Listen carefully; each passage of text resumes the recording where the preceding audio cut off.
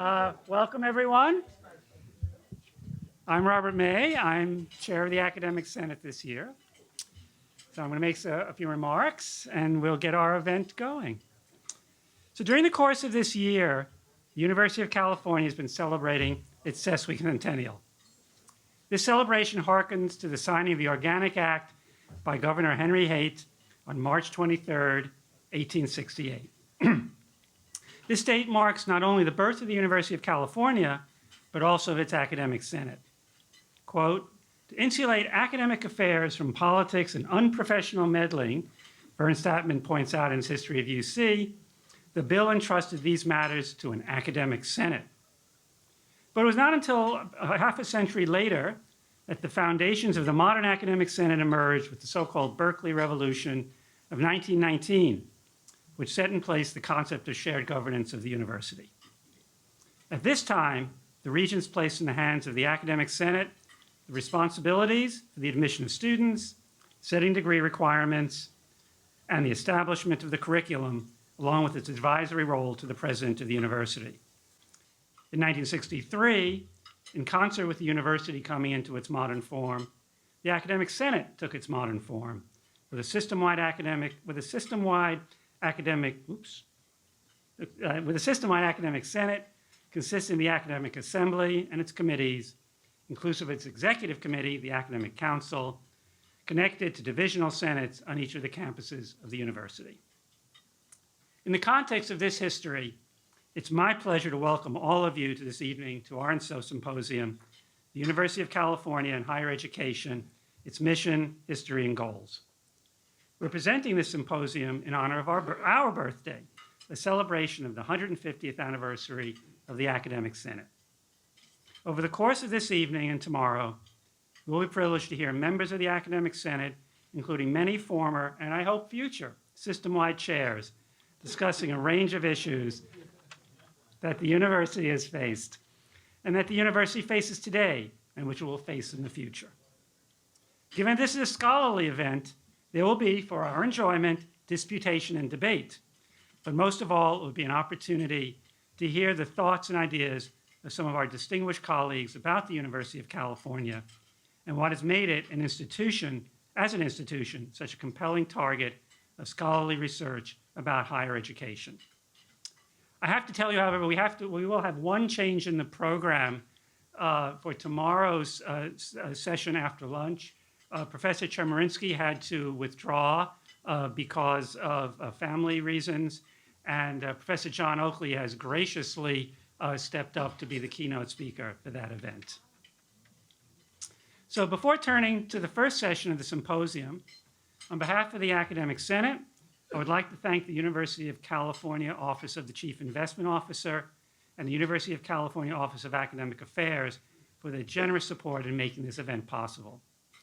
The Senate extends its grateful appreciation to Chief Investment Officer Shabdeep Singh Bakker and Provost Michael Brown. For his generation, however, Provost Brown does not get just to sit and enjoy the symposium, at least not right away, for he has the responsibility of being our formal host for the evening. Accordingly, I would like to call on former chair of the Academic Senate, Brown, to come to the podium to acquit himself of this responsibility with some welcoming remarks.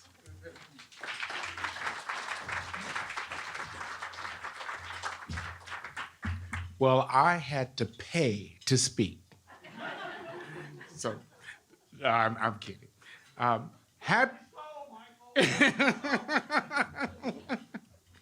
Well, let me say, happy birthday, UC Academic Senate. You look good for 150. Welcome to this academic symposium in celebration of the 150th anniversary of the UC Academic Senate.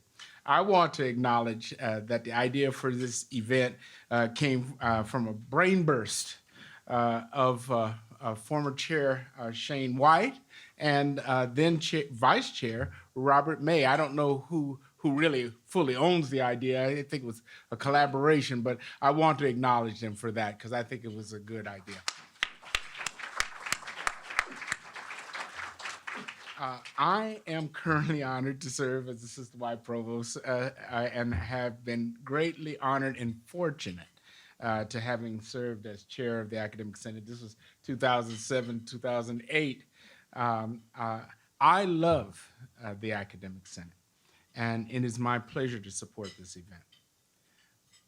I think we are all very much looking forward to the talks, the discussion, and reflection upon what the Academic Senate has meant, means now, and can mean for the future. Not just for the University of California, but for the future of California. We will get a chance to reflect on UC's historical role with respect to academic excellence, educational access, and the power of the social contract with and for Californians. We'll reflect on the evolution of and the distinctive nature of shared governance at UC. There is many an academic administrator who have come to the university thinking they had experience with shared governance,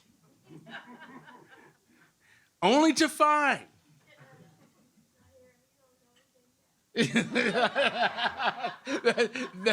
that's exactly right. She said, only to find you haven't learned, you haven't found out anything yet. And that is true.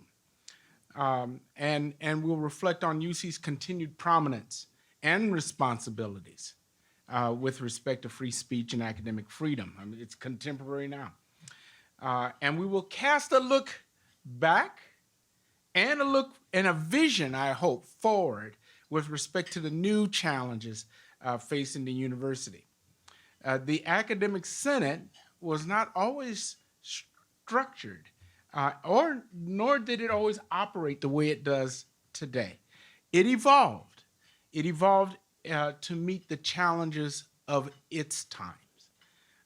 Some things about the Senate, though, throughout all the challenges that stand out for me that I think have endured over time, I just wanted to reflect upon, but you might disagree.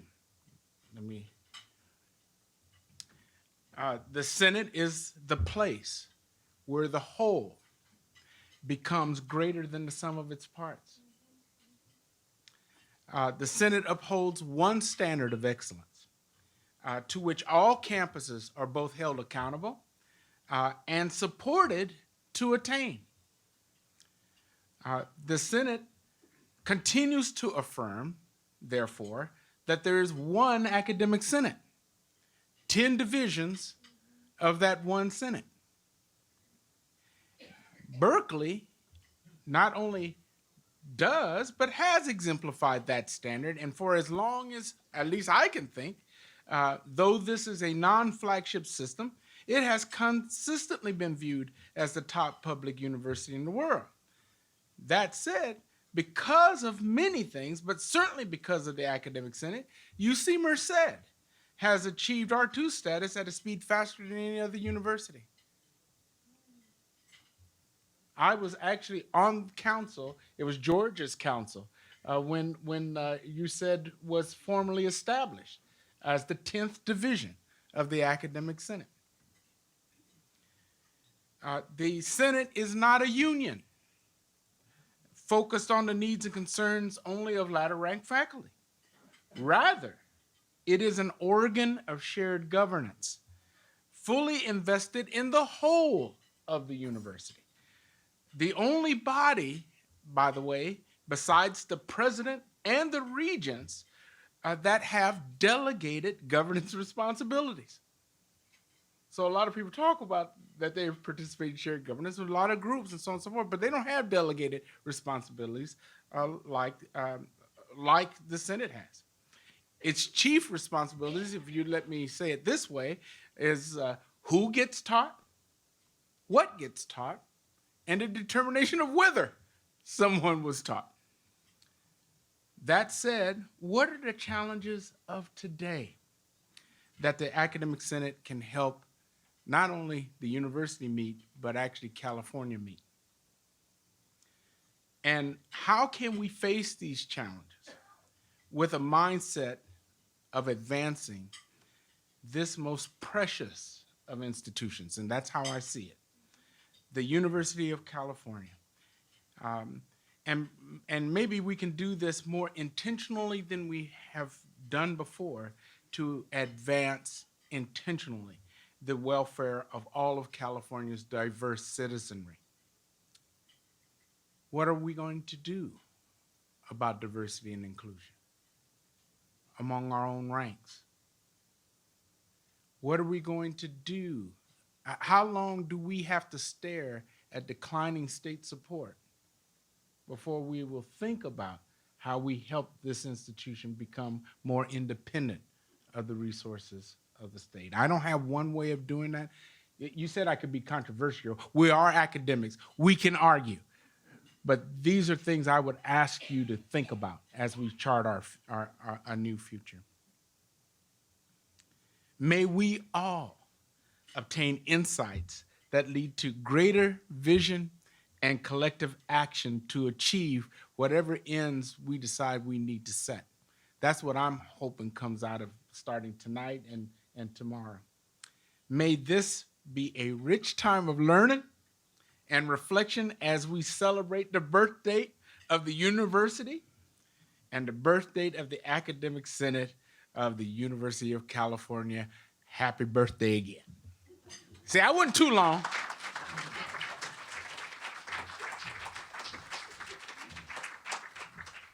Thank you, Michael, for those brief remarks. I can do more. We know that. So now it's my pleasure to introduce Michael Cowan, Professor Emeritus of American Studies at UC Santa Cruz and Chair of the Academic Senate in 2000-2001. Michael will moderate the first session of our symposium, The Master Plan, Access, Equity, and the Social Contract for Higher Education. Michael.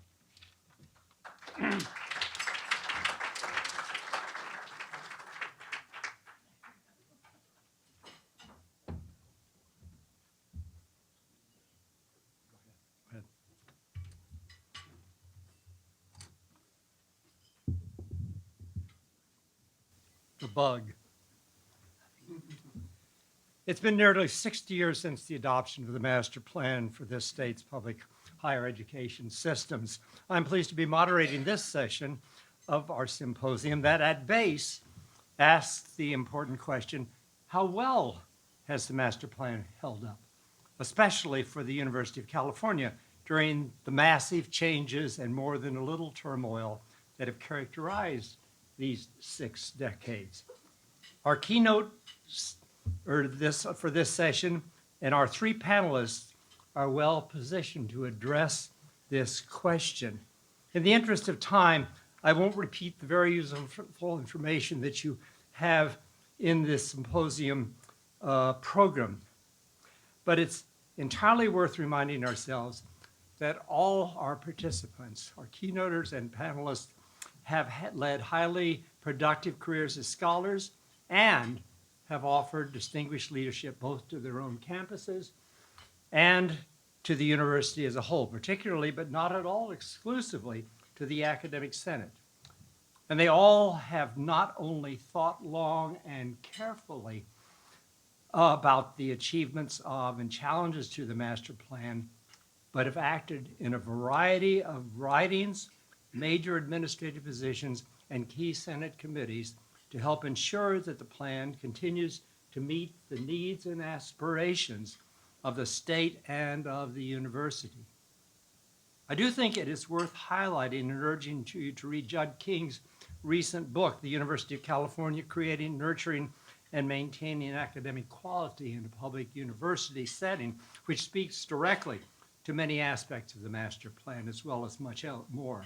I also urge you to inspect the massive number of relevant online publications generated by the UC Berkeley Center for the Studies in Higher Education, which Judd directed for a decade.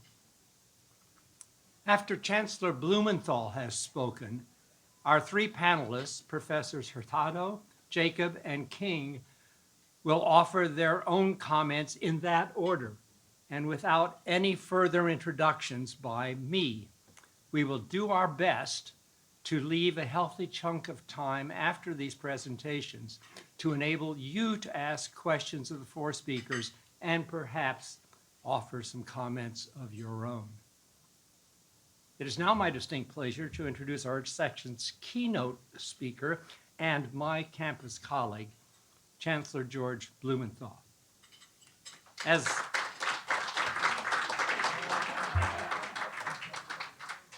an astrophysicist, chancellor, and former chair of the system-wide academic senate, there is hardly any dark matter in the universe or the university into which his capacious mind has not probed. I wish to add only two things to George's profile in the symposium program. First, he is our campus's only homegrown chancellor, the only one who began his career as a member of our faculty. Put another way, he earned the chancellorship the hard way. Second, when he retires as chancellor at the end of this academic year, after 12 years in the position, he will be our second longest serving chancellor, exceeded only by our founding chancellor, Dean McHenry, who served for 13 years in the post. And Dean had the luxury of reigning for his first 4 years before any students arrived on campus. That George has not only survived but thrived, and in doing so made the campus itself a better, if not conflict-free place, is a measure both of his firm and diplomatic leadership and equally of his principled educational vision. I suspect we'll see some traces of that vision in his remarks this evening. Please join me in offering a warm welcome both to our panelists and to Chancellor George Blumenthal.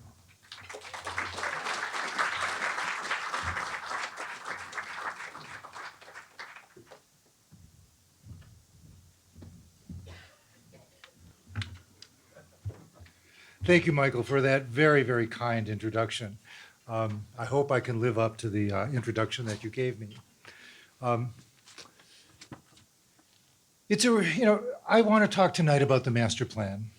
But before I really talk about the master plan itself, I'd like to begin by talking about before the master plan happened.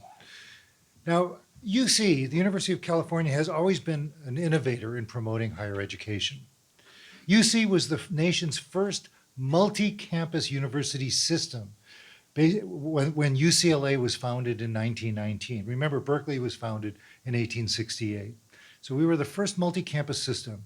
And UC faculty helped establish the nation's first network of community colleges in 1907 with an associate degree paving the way to a full 4-year bachelor's degree. And there was funding. More than a century ago, in 1911, the state committed to fund enrollment growth, allowing UC to meet the rapidly growing needs of the state of California. And during the first half of the 20th century, UC was able to accept the top 15% of high school graduates, while also enrolling a high percentage of transfer students as well. There was a commitment to provide wide access to an excellent, affordable education, even before the master plan came into being. California leaders long recognized the power of higher ed to provide social mobility to individuals and economic prosperity to the greater community. That is our history. So how and why did the master plan itself come about? By the late 1950s, it was apparent that change was needed. The state was facing economic decline. The new governor was weary of educators bickering over academic program turf and resources. Gee, do we bicker? All right. There was chaos among CSU campuses, as well as the community colleges. Wide gaps existed between the best and the worst of them, so that they weren't really anything approaching a system. And it was apparent that there was a need, a dire need, for some systemic structure. Perhaps most importantly, there was at the time massive projected growth in higher education enrollment. With children born after World War II coming of age, as well as the need to educate a continuing stream of returning veterans. California needed a plan for higher education that would maintain quality in the face of massively growing demand. That's the theme you'll hear over and over again, maintaining quality in the face of ever-increasing demand. So enter Pat Brown, the more education-friendly of the Governor Browns. As well as enter Clark Kerr, then the UC president, who was himself an academic visionary. Crafting the master plan was a political fight in a number of arenas. It was a fight among various higher education segments. For example, there was competition for students among campuses in the various segments. There were competition to be able to offer degree programs. So the plan, many speak of the plan as a visionary document, but others speak of it as a sort of a hard-hearted political compromise. Which of those was it? Well, the truth is it was probably a little bit of both a visionary document and a hard-headed political compromise. John Aubrey Douglas has pointed out that what the master plan prevented is just as important as what the master plan actually did. For example, it avoided having a single board over all three segments of higher education, as apparently Governor Brown wanted at the time. The master plan had a number of guiding principles. Some form of higher education should be available to all, to everyone, regardless of their means. And academic progress, the ability to get an education, should be available depending only on individual proficiency. That was the key underlying presumption of the plan. And that's what's shown in this quote by Clark Kerr, which I won't read, but which you can read on the screen. Because Kerr understood the magnitude of what they were attempting to do at that time. There was agreement that there needed to be a differentiation of function among the various universities in California. So each of the three segments of higher education could focus on excellence in different areas, so as not to waste public resources by needlessly duplicating efforts. So what did the plan do? Well, the plan was really quite brilliant. It transformed a collection of uncoordinated competing colleges and universities into a coherent system, a three-part system of public research universities, comprehensive four-year undergraduate campuses, and open access community colleges. The master plan gave eligibility targets to the various segments. The top 12.5% of all graduating public high school students would be eligible for admission to UC.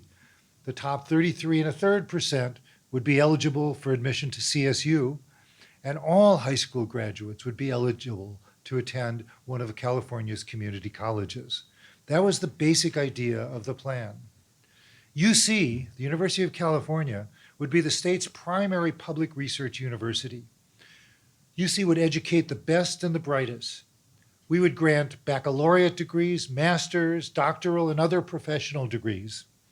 And as I said, we would admit from the top 12.5% of the state high school's graduates.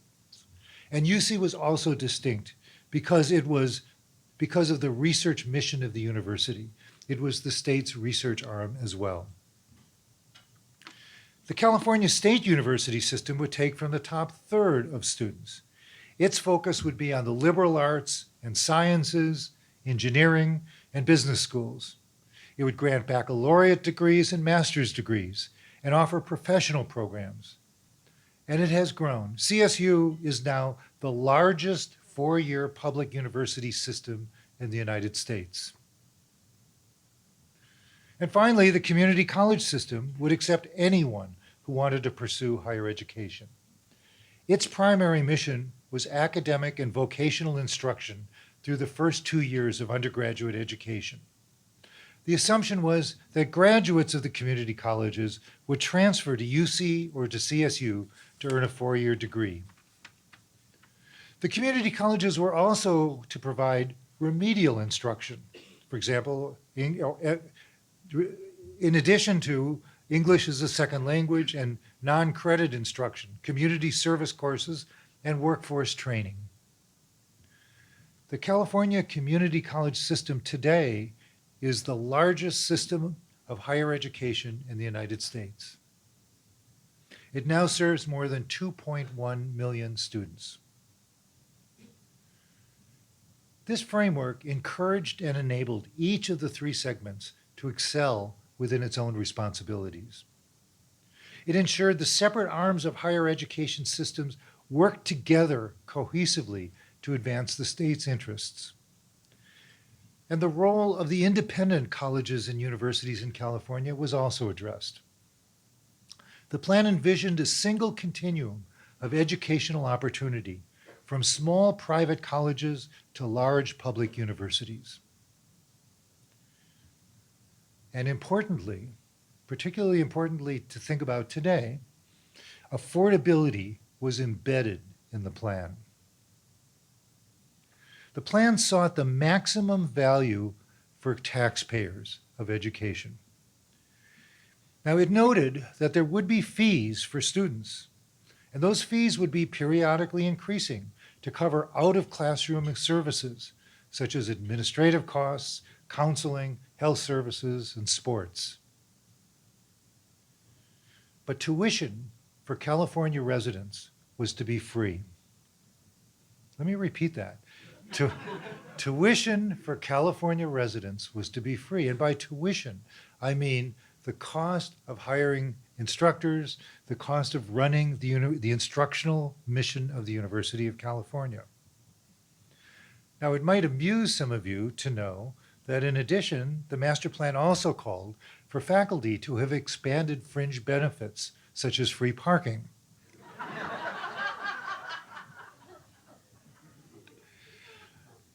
But this is key to the question, is higher education a public good or a private benefit?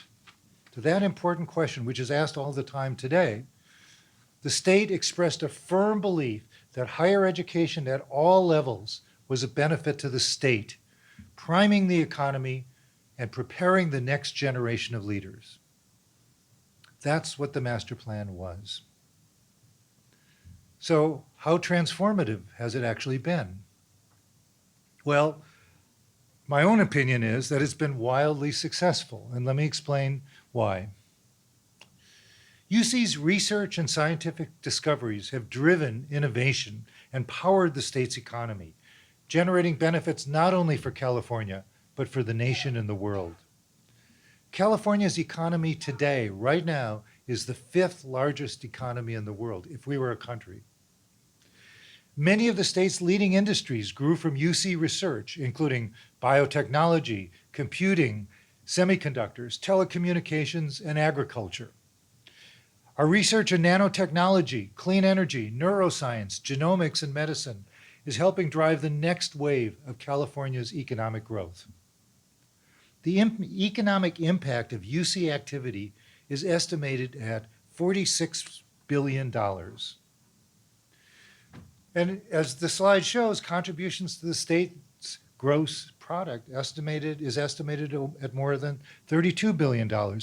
But these figures, impressive though they might be, only tell part of the story, because they don't capture that a UC invention may have started an entire industry and paid dividends for years or decades into the future. In fact, UC has become a research powerhouse by any measure. UC spends approximately $5 billion annually on research, with 80% from federal and other funding sources. That funding supports more than 27,000 researchers, graduate students, and postdocs, and results in the purchase of goods and services totaling more than $1 billion annually. UC researchers generate about 5 inventions a day. Imagine that, 5 inventions a day, leading to about 500 patents a year and 2,400 technology licenses. Notably, UC patents include the hepatitis B vaccine, magnetic resonance imaging, the nicotine patch. And the big hits are not just in medicine and high tech. UC's agricultural research programs have developed new varieties of fruits, vegetables, and plants. Its biggest earners have been strawberries. In fact, one variety, the Camarosa, has earned UC more than $41 million. In 2014, California-based startups based on UC technology licenses employed more than 19,000 workers and generated nearly $14 billion in revenue. And of course, UC is a huge player in medical facilities and agricultural arenas. UC operates 17 health professional schools and 10 hospitals, and is the primary generator of doctors and health medicine researchers in California, with a total budget of $10.9 million. UC research has helped California become the nation's top agricultural state, with farm revenues in excess of $46 billion, including 700 academic researchers focused on ag, more than 300 ag advisors and specialists, and nearly 60 cooperative extension offices. And success is measured by other measures as well. UC has generated 63 Nobel Prize winners, 88 MacArthur Genius Grants, 63 National Medal of Science winners, and 38 Pulitzer Prize winners, 6 of whom, by the way, are from my campus. You know, it's said that imitation is the greatest form of flattery. And that imitation of the master plan has occurred. It's occurred in other states, some of whom have mimicked or copied the master plan, even in other countries have imitated the structure of what has now become known internationally as the California idea. The master plan inspired President Lyndon Johnson's Higher Education Act, which was passed in 1965, a section of which focused exclusively on equal access for students, especially supporting those students from low-income families. That act was the precursor to today's federal Pell Grant program. What about coordination under the master plan? Well, the founders of the master plan realized that with 3 separate systems, there needed to be some coordination among them. So they set up a coordinating council, which initially had equal representatives from each of the 4 segments. And just to remind you, when I talk of 4 segments, I'm talking about the 3 public segments as well as private colleges and universities. The master plan recognized that some central body was needed to be responsible for this coordination and planning. Now, that coordinating council in 1974 was replaced by a different organization called CPAC, the California Post-Secondary Education Commission. As I said, it was established in 1974, and it served a unique role, integrating policy, fiscal, and programmatic analyses about the state's entire system of post-secondary education. It sought to eliminate waste and unnecessary duplication and promoted innovation and responsiveness to student and societal needs. But CPAC was a budget casualty in 2011 when Governor Brown eliminated it from the state budget. The governor called it ineffective. And frankly, the governor was at least partly right in that description, but not entirely so. There is another coordinating body, which was established in 1981, and that's the California Education Roundtable, which is a voluntary association of the chief executives of all of the state's educational systems. That's been in existence now, as I said, since 1981, and still does exist. So we have the master plan. And it's worked fairly well, I've been arguing. Has it been under stress? Well, let me begin. There are many such stresses.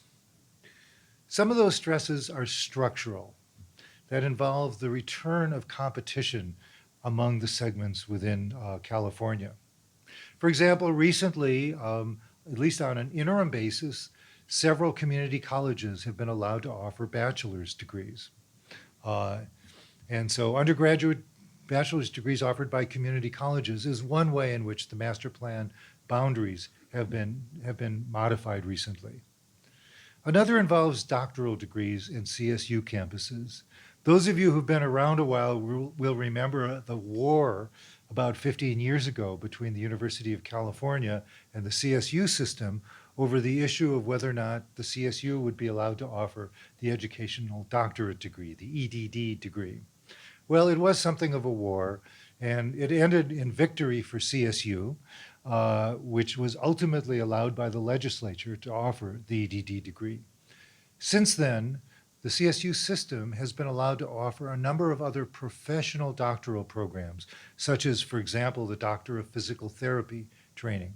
Now, that's a mixed bag because many of these professional doctoral programs are programs that UC is not necessarily ready or willing or able to actually support at the level that the state needs in terms of the number of graduates.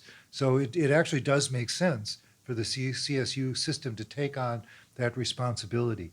That responsibility is driven in part because national organizations, I'll use physical therapists as an example, are now demanding a doctoral degree in order to gain a license in order to practice their profession.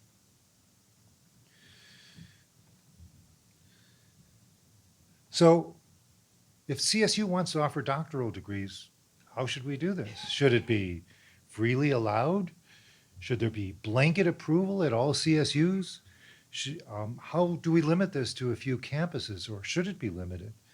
Might we need some market analysis to show the actual need for a doctoral degree before we actually jump in and allow them to have it? Those are interesting questions, and those are questions which are being asked right now. But one of the biggest stresses for the master plan has been, as it was actually mentioned earlier, it's funding, it's dollars. And those dollars are both capital and operating expenses for all three segments of public higher education.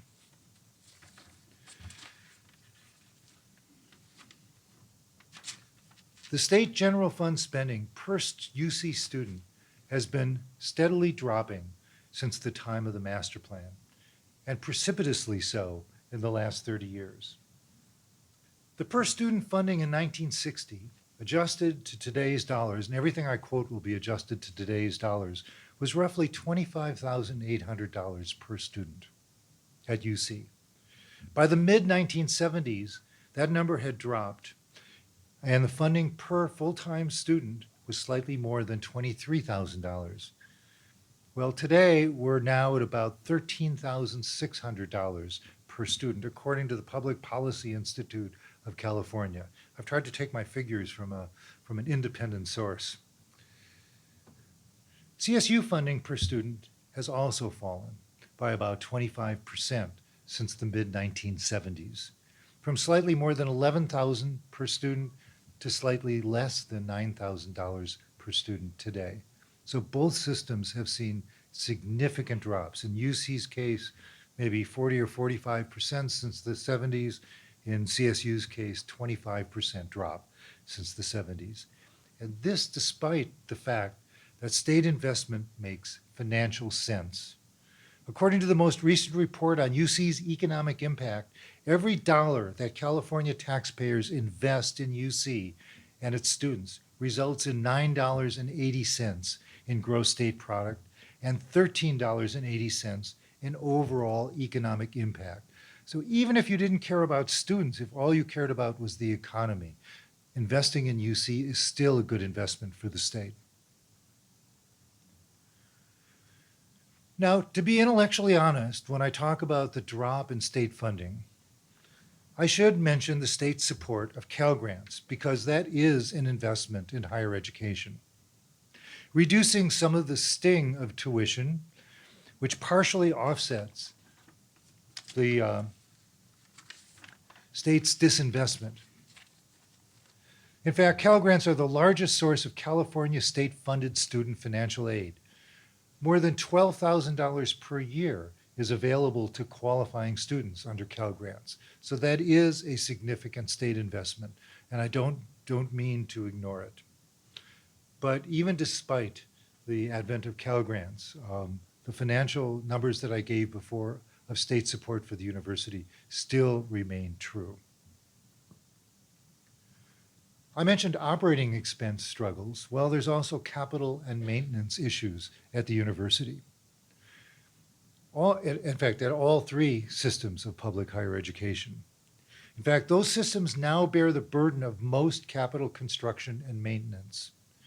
California legislators in June of this year approved $70 million for deferred maintenance for UC and for CSU. It sounds generous, but the systems have a combined deferred maintenance backlog which tops about $8 billion. So in that framework, thinking about it relative to the $8 billion backlog, 70 million doesn't sound quite so generous. And this is only maintenance for academic structures. It doesn't include medical centers or campus housing. Meanwhile, nearly 60% of UC space is at least 30 years old. The UC system's capital needs today total almost $28 billion. The story isn't much better at CSU. More than half of CSU's space is over 40 years old, and its facility needs surpass $14 billion today. So the community colleges are a different story. They have capital needs as well, but they have the ability to go to local voters and pass local bond measures, which neither UC nor CSU has. In addition, even though UC and CSU have not been the beneficiaries of a state bond measure since 2006, 2 years ago, the state did pass a K through 14 bond measure, which provided some facility funding for the community colleges. So they're in somewhat better shape than the UCs, but I don't want to paint too bright a picture for them. What about pensions? Well, the state still supports the pension system of the CSU system, but that's not the case for UC. The state no longer provides funding to continue the UC's pension system. It has made occasional one-time contributions to the UC pension system in the last few years, but that is not a full-time ongoing commitment. Meanwhile, now let me turn to the dirty word, tuition. Meanwhile, as state funding has decreased, tuition has increased more than 200% in UC and over 175% in CSU since the year 2000. Let me remind you again, in 1960, when the master plan came into being, tuition was free. There was no tuition. There was an incidental fee to cover non-instructional costs, such as laboratories, health, and athletics. Well, today, students still pay those fees, those non-instructional fees, and they pay more of them, by the way, both on the campus and statewide, but now they also pay tuition. Resident tuition at UC is now roughly $12,000 annually, plus an additional nearly $2,500 in system and campus fees. The story isn't much better at CSU. At CSU, tuition is $5,700 today, plus about $1,500 in student fees. And keep in mind, just remember, these numbers don't include housing. They don't include meals. And that explains why the so-called starving student cliche is no longer a cliche. We have on-campus food banks throughout the UC system. Every campus at UC has an on-campus food bank. Can you imagine what the creators of the master plan, who were committed to access and opportunity, would think about that? Just imagine.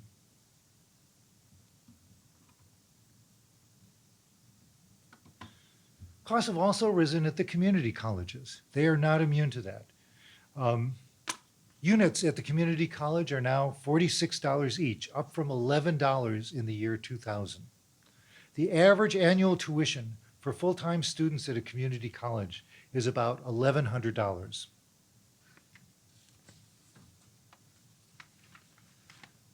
Another issue that's been of stress, particularly recently, is non-resident students. Not surprisingly, campuses have looked to boost their non-resident student populations. In the case of UC, those students pay an additional $29,000 a year in tuition.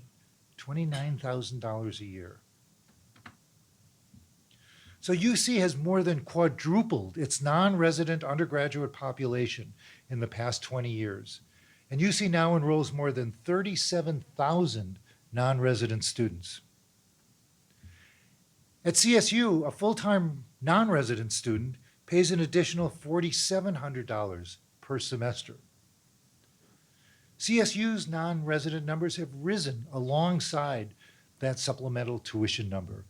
In the past 5 years alone, just 5 years, CSU's total number of non-resident students has jumped by nearly 10,000 to its current number of 28,000 non-resident students. Even the California community colleges charge non-resident rates, usually an additional $100 per unit. Meanwhile, the state, which is under fire for the impression that Californians are being kept from UC campuses by increasing numbers of non-resident students, is now looking to limit non-resident enrollments. And as I think most of you in this room know, last year the Board of Regents, under pressure from the state legislature, did indeed impose limits on the number of non-resident students that California campuses can admit. So the master plan has not been perfect. It has not been immune from various stresses. So has it adapted over time? And there's a long story there, which I won't bore you with. But there have been a number of fixes that have been tried to the master plan over the years. A number of revisions have been attempted, but none of them have really had the force of law, and none of them have made major changes in the way that we think about the master plan.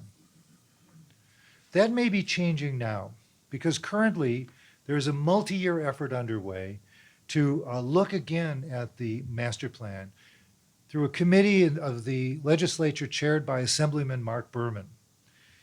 And this may offer us a good opportunity to seriously consider more effective long-term changes to the master plan and how we think about it. And the advantage of this new revision of the master plan might be that by taking some time to do it, by taking more than 1 year, by allowing it to be a multi-year effort, it's possible that something reasonable might emerge from that.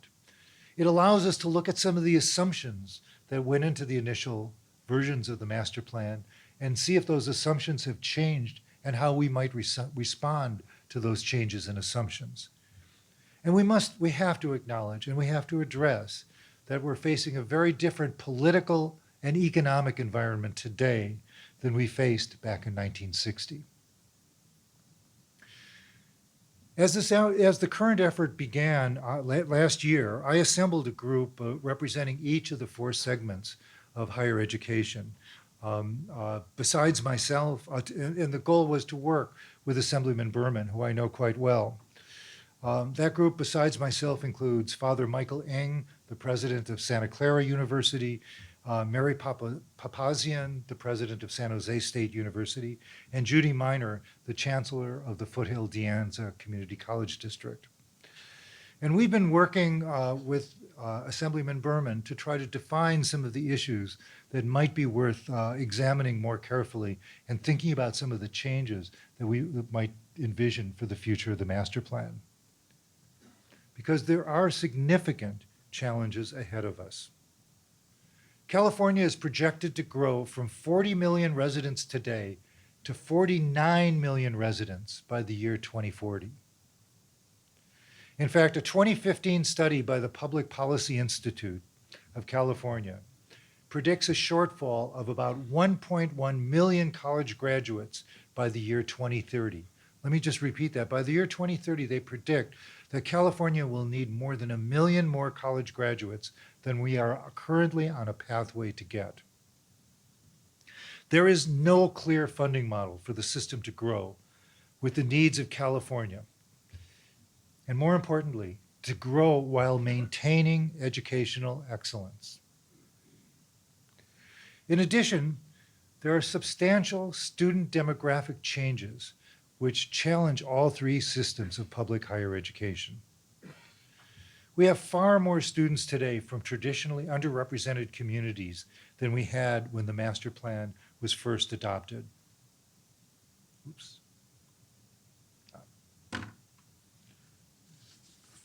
In 1960, California's 18 to 24-year-olds were 79% white, and you can read the rest of the numbers on this table. But today, the demographics, the ethnic demographics of California population is very different, as you see here. And that does represent some challenges for systems of higher education. At the undergraduate level, 42% of UC students are the first generation in their families to attend college. The numbers are strong throughout the entire California public education system. It isn't just UC. The numbers are 33% at CSU and 40% in the community colleges. 38% of UC students are Pell Grant eligible. Now just think about that for a moment. To be eligible for Pell Grants, you need to be among the lowest economic sector of society. And so those students come from the very lowest income families in our society. But 38% of our undergraduate population at UC are Pell Grant eligible. Let's compare that to other universities. For example, two other large public universities. At the University of Illinois, the number is 22%. At the University of Washington, it's 19%. So other major public universities seem to have about half the percentage of Pell Grant students than UC.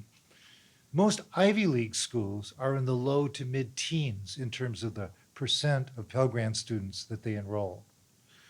In fact, there are 4 UC campuses which individually, just by themselves, enroll more Pell Grant students than all of the Ivy League universities combined. That's an amazing statistic. Other systems may talk about creating educational opportunity and access, but UC and the CSUs and the community colleges really do walk that walk. So with underrepresented students, first-generation students, and low-income students, they all tend to require more support and services than do their counterparts. I've mentioned this before, but I'll mention again, the huge capital challenges for both UC and CSU going forward. Many campus facilities were substantially built in the years after the master plan. That was more than a half a century ago. And these classrooms and dorms and residence halls are reaching the end of their real lifetimes. And today's seismic building requirements are also significantly more expensive than previously.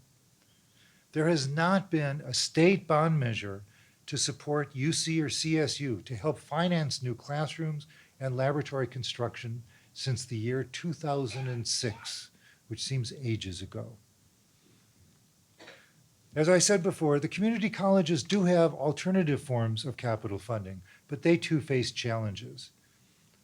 How do we do it? Well, at Merced, to build UC Merced, the Regents had to adopt a process called Merced 2020, which involved a public-private partnership in which a single private developer designs, builds, operates, and maintains major building systems and partly finances the entire project under a single contract. That was useful and necessary to build up Merced, the fastest growing UC campus. But such a model has great elements of risk because basically those loans are supported by income that we get from the state and from tuition, very different than the model by which UC and CSU were originally built. In recent years, UC has very successfully, and currently CSU is beginning to construct buildings based upon savings from refinancing prior state bonds. It's like refinancing your house, the mortgage on your house. It's a great option, and it's given us the ability to build a number of buildings, but it's nowhere near the number of buildings that a bond measure would have allowed. And furthermore, just like refinancing the mortgage on your house, eventually the benefits run out and you get no more. And we're at about that stage at UC. Another challenge is either the reality or at least the unquestioning belief in the future of online education.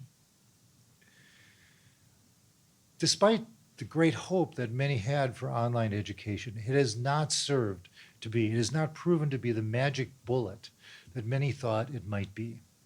Because we now do research that actually evaluates how well it does. It does have benefits for students, and I don't mean to minimize them. In many cases, online education can be a great addition for students. It can be a great supplement for UC or CSU students. It allows them, for example, to get the classes they need if they can't enroll in an otherwise over-enrolled classes. But there are questions that the master plan has to address. Should these be offered? Should online education be offered at all of the UC, CSU, and community colleges within the state? In fact, I point out to you that in last year's budget, the state adopted funding or created funding to fund an online community college. And we will see how well that does or doesn't work. So there's a number of things that will be on the table as we think about the future of the master plan. I can't possibly explore all of them. I want to mention a few of them, but I know that my colleagues on the panel will be discussing a number of these as we go forward tonight. So they will talk in much greater detail. One issue that CSU consistently raises is the role of research at CSU. Faculty at CSU have no component of research as a part of their job description, even though many CSU faculty conduct world-class research. That's a point of some contention and may be something that a new master plan should address. There are also those within CSU who argue that CSU should offer doctoral degrees and in fact should even offer PhD degrees. Well, right now, various CSUs and UCs offer joint doctoral degrees, particularly UC San Diego and San Diego State have a number of them. And I think that those are very good, but there will be CSUs who will argue that they are good enough to offer doctoral degrees on their own. And I think that will be a challenge for the master plan. One could consider multi-year transitions. Just as we have transfer between community colleges and UC and CSU, we could imagine transitions after a bachelor's degree, someone going from UC or CSU to getting a master's degree and an eligibility requirement for master's programs in the various campuses. Another question is whether or not we should make permanent the program to allow community colleges to offer some baccalaureate degrees. I think the key issue there is whether those degrees are offered elsewhere within public higher education in California. If the answer to that question is no, and if there is a need, that might be a very good thing to do. But somebody needs to decide that. Somebody needs to actually make those decisions of which ones are appropriate and which ones are not. Are the admissions ratios right? You know, the 12.5%, 33% ratios. Should we be open to discussion about changing those numbers? Should we be talking less about enrollment? I mean, the way we frame the three systems is we talk about enrollment numbers. But in fact, what matters to the state of California is not really how many students are enrolled. Well, it may matter to a legislator who gets angry letters from their constituents. But the real issue is, how many degrees do we produce? And how efficiently do we produce those degrees? What are our graduation rates? How efficiently do we move students through the system so that they actually get degrees in a reasonable period of time? And another key question involves oversight and coordination, which I mentioned before. Right now, the California Education Roundtable, which does exist, involves the leadership of all four segments of higher education, does meet on a regular basis, but it isn't really do a very public and clear job of coordinating the systems yet. CPAC, which I mentioned earlier, had issues. But I just want to remind you that the California Post-Secondary Education Commission did do some very useful things for California. It was an independent body, and they did an independent assessment of how well UC and CSU were meeting the 12.5% and 33% ratios. And periodically they would do a study, and after those studies, UC at least, if not CSU, would adjust our admissions criteria to bring that number back to 12.5%. And having that done by an independent body made a certain amount of sense. Even more importantly, they established certain norms for higher education in California. For example, they established norms for laboratory space and office space and classrooms for each of the systems. And because they were an independent commission, their numbers, their norms, really had a weight and a gravitas that would not necessarily accrue if they were created by the systems themselves. So I think CPAC did play some important work. And I myself have been supportive of the idea of recreating some kind of a commission to replace CPAC going forward. Hopefully a body that would work much more closely with the California Education Roundtable. I would love to see those two bodies actually work in concert with one another. There has been, by the way, legislation offered in each of the last two sessions of the legislature to establish a new CPAC, say, grandchild. Both times that legislation was vetoed by Governor Brown. The legislation itself was, in my view, not really as good as it could have been. But I harbor some hopes, and I've given some feedback to the author of that legislation, and I do harbor some hopes that when it's reintroduced next year, which almost certainly will be, because of the likelihood that a new governor, probably Newsom, will sign it, I'm hoping that the legislation will be different than the legislation that passed out each of the last 2 years. There are also challenges of uniformity. I mean, think about the UC system. There are differences among the campuses at UC, but UC is a remarkably homogeneous system. We maintain similar criteria for advancement. We try to maintain high quality. And although I'm not claiming all of the UC campuses are the same, I certainly am not saying that. I would point out to you that except for Merced, which is brand new, all of the other campuses are within the top 100 universities in the nation. I think that represents something quite amazing for a system with as many campuses as ours. But that's not true of the CSU system. The CSU system varies widely in terms of graduation rates, for example. It varies widely in terms of the quality of the campuses. Some campuses, and I'm picking on San Diego State, are really strong research campuses, almost at a UC level in some cases. On the other hand, there are other CSUs which would be laughable to say, I won't mention them, who would be almost laughable to put in the same category, for example, as San Diego State. But that's true of the community colleges as well. There's huge variations within the community colleges. Let me remind you that there are 72 community college districts, and those districts have 114 community colleges.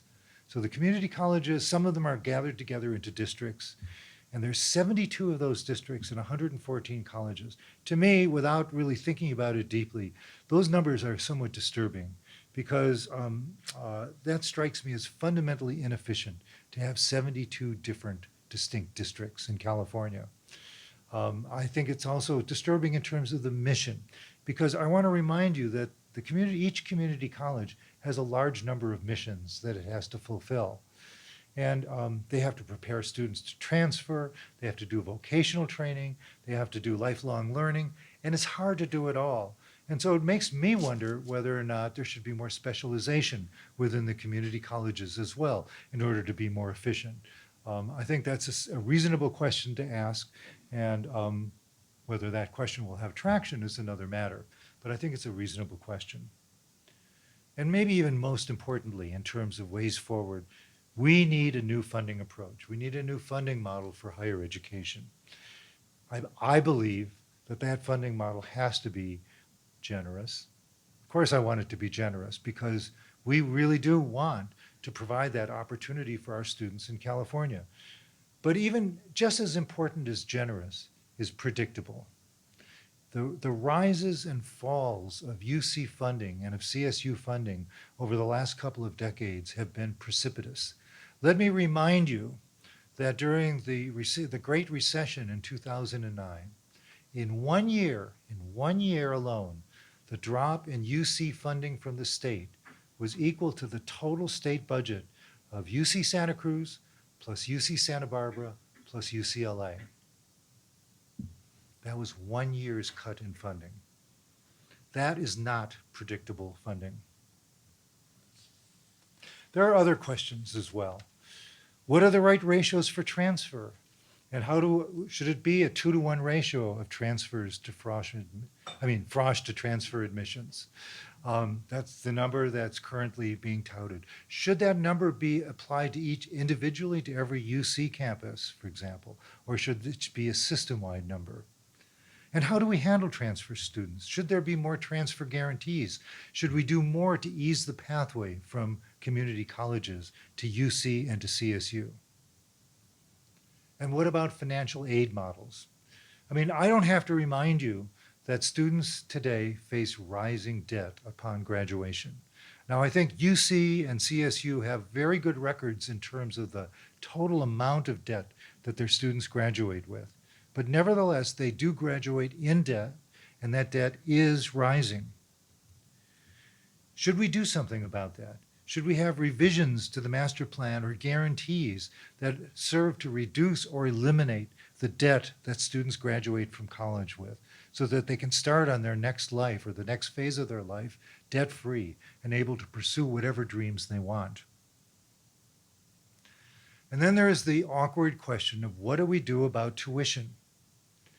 For both UC and CSU, and I guess the community colleges as well, tuition has basically followed state funding. As state funding has gone up, tuition hasn't risen or might even have fallen. But when state funding drops, tuition goes up. How do we deal with that? What is the correct way to do that? We fight that battle every year at UC and CSU. And I'm getting old enough that I'm getting tired of fighting that same battle every year. We need to think this through and come up with a system that doesn't require an annual fight, but which is planned. Some people think about cohort tuitions, that is locking in tuition when a student enters the university so that they're guaranteed to pay the same tuition or a tuition that rises by only, say, 3% every year until they graduate. That's an idea that some universities around the country have adopted. It does have risk, though, because the risk is that if the state funding does drop and tuition needs to go up more, that would fall primarily on entering Frosh. And the increase in tuition for entering Frosh would be so much higher if we had cohort guarantees. Others have proposed that people pay tuition after they graduate through a tax on their income. I think that would be very difficult to implement, but it's at least something that could be considered. And then there's the awkward question, which has been discussed within at least the UC system for years, and I think also within CSU, of differential tuition. And differential tuition, when it's discussed, can take many forms. For example, some have advocated for differential tuition based upon the field or the major that a student has. So for example, engineering costs more to educate an engineering student, so the argument goes. Therefore, we should charge higher tuition for engineering. The counter argument to that, however, is that we want to encourage first-generation students, low-income students, et cetera, to go into engineering. We don't want to deter them from pursuing those particular majors based upon some artificial financial limitation. So that's a major drawback of that form of differential tuition. Others have argued for differential tuition by campus, arguing that, for example, Berkeley can afford to charge more than some of the other campuses. And again, that in a system of higher education that tries to maintain uniformity, that's a dangerous road to go on. Others have argued for differential tuition for non-resident students, which I think is actually maybe a more reasonable approach to take if you're going to go down that road. But again, those are questions that we need to grapple with as we go forward. We also need to grapple with the question of should there be new campuses? as the state's population increases, there is going to be, believe it or not, a limitation to what all of the UC campuses and all of the CSU campuses can enroll. Should we be thinking about new campuses? Seems like a crazy question right now, but think about it. It took 12 years between the decision to establish the Merced campus and the opening of the Merced campus. 12 years. If this is a legitimate question to ask, we need to be asking that question now, not when we actually need the space for those students. And then there's another question about the independence. I have not talked a lot about the independent colleges and universities in California, but they are an important part of the master plan. They do educate a significant percentage of California students. And we need to be asking questions about their capacity and how they could better integrate with the public sectors of higher education in California. So let me bring this talk to a conclusion. Our mandate from the state is to provide access to any student who would benefit from education, irregardless of their ability to pay for that education. And unless there are substantial, unexpected demographic changes, UC is going to need to grow at a similar rate as in the past in order to meet its social contract. And that's particularly important if California hopes to mitigate growing income inequality, as well as expand access to underrepresented minorities within the state of California.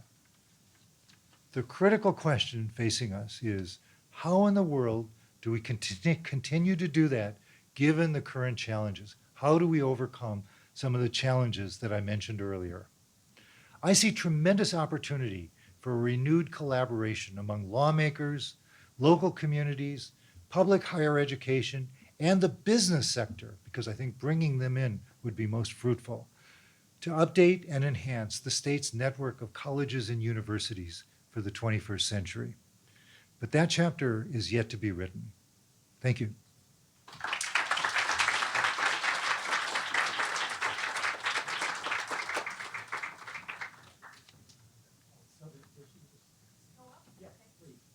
So thank you, George. You've given us a lot to think about. I teach foundations of American higher education at UCLA to master's and doctoral students.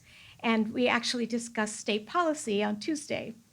So I want to say there's two things that distinguishes California from the rest of the United States in terms of state policy. The first is many states have a statewide coordinating board, an actual body that's the intermediary between the state and the systems of higher education.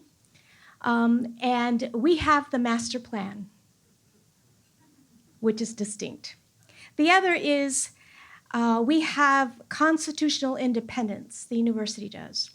I don't think there's another state that has their university. There may be one, but I cannot find another state that has that independence guaranteed to the university in the state constitution, though the legislators often threaten to remove that independence from time to time. So I want to talk about the master plan and UC autonomy. Oh, by the way, I do want to say that if the next governor wishes to develop a statewide coordinating board, that we nominate George Blumenthal to lead that body. You gave us a great an agenda for a statewide coordinating board, not simply a council, but actually a statewide coordinating board, if that would be in the cards. We don't know. But I also want to talk about eligibility as a social construct, because it is within our purview to determine what talent looks like and how we identify it and who we enroll. So I want to preface my comments by just saying that all of what I have to say comes from my experience on boards, interactions in Senate Council, and also in Assembly. And I was always aware of and in awe of how serious faculty had taken their role in serving California's diverse populations and the public good. I truly appreciated the interaction with faculty across the systems, unified in this aim to do the best by students, parents, and communities. Having just come from 12 years at the University of Michigan and involvement in the affirmative action case that concluded with the Supreme Court decision in 2003, I arrived at UCLA in 2004 and was quickly recruited at the chancellor's welcoming reception by academic senate members to serve on boards. Now, I thought, I don't have any committees, so sure, I'll serve, not knowing what I was getting into. The complexity of the University of California admissions and the documents and the current problems of the state seemed overwhelming at first. I don't think I could have been as helpful in reforming undergraduate admissions without serving on boards for 6 years and under the tutelage of what I call the UC Mod Squad, which was Michael Brown from Santa Barbara, Mary Krogan from San Francisco, and Mark Rashid from UC Davis. That is, the crafting of our current undergraduate admissions process really began when Michael Brown was chair of boards with an energetic group of thinkers from across the system that were attempting to respond to the impact of the voter referendum 2009. Deciding we had to do something to devise a plan that fostered UC autonomy and identifying talent in the context of continuing inequality in schools and communities. The extensive use of simulation studies under the guidance of Sam Agronow, who's now no longer with us, that followed the faculty need to provide thorough and convincing evidence-based recommendations for adoption, allowed campus to choose students under a new conception of eligibility. Determining talent and eligibility has always been within UC autonomous purview, including in the master plan, especially to that of the faculty senate in determining whom to admit, what to teach, and who graduates in specific degree programs. So in initial meetings about eligibility in 2004, I recall boards had once again tweaked eligibility by raising the GPA in the formula. This then allowed for reassessment of who was eligible and projections based on CPAC's analysis of demand. As a committee, we grew tired of simply moving the bar on students just as high school graduates became increasingly diverse, in essence telling students, last year you were eligible, now this year you are not. And moreover, the formula obscured actual student demand. Equally problematic in the eligibility definition was the use of 3 achievement tests, required in addition to the SAT and ACT that no other public system in the country used for admission. Studies allowed us to show extremely excellent students would have been otherwise eligible were it not for these tests. Nowhere in the master plan has it ever stated how UC must determine eligibility, nor what tests to use. Thus, eligibility was our own social construction that rigidly limited institutional autonomy to make decisions about the talent or the kinds of students we wish to enroll and to determine where a student could actually attend. Times had changed. We had much more information about California high schools and student contexts to make better decisions, making the achievement tests no longer necessary. Voter referendum under 209 had created constraints in review processes, and UC had already responded by broadening our analysis of applicants using comprehensive review, though an actual board study had shown that we were not 1 campus, but 9 campuses when it came to admissions criteria, making it difficult for students to understand. Both an active president, UDOF, and specific regions also wished the faculty to move on a policy decision regarding both processes across the campuses and criteria that would allow UC to take a proactive approach that would better serve California's diverse populations. Now, I'm leaving a lot of stories and specific interchanges between those groups of people, but it made life interesting every Friday, let's put it that way. So boards and Senate reconstructed eligibility using the best tools available to us, and were able to predict a number of things that actually happened. First, we knew that applications would increase and every campus would become more selective. As a result of removal of the achievement tests, huge numbers of applications indicated that such tests served as a filter on student demand more than it probably told us about differences between applicants in academic achievement. Second, the quality of students would increase. The original master plan had stated that 2.4 was the GPA was necessary for admission to UC.